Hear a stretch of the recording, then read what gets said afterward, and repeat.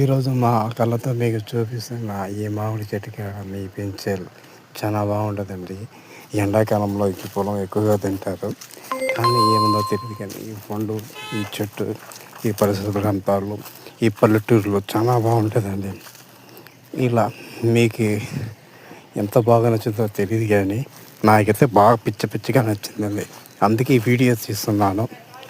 మీకు ఏదైనా నచ్చితే కామెంట్ చేయండి, షేర్ చేయండి, లైక్ చేయండి, సబ్స్క్రైబ్ చేయండి.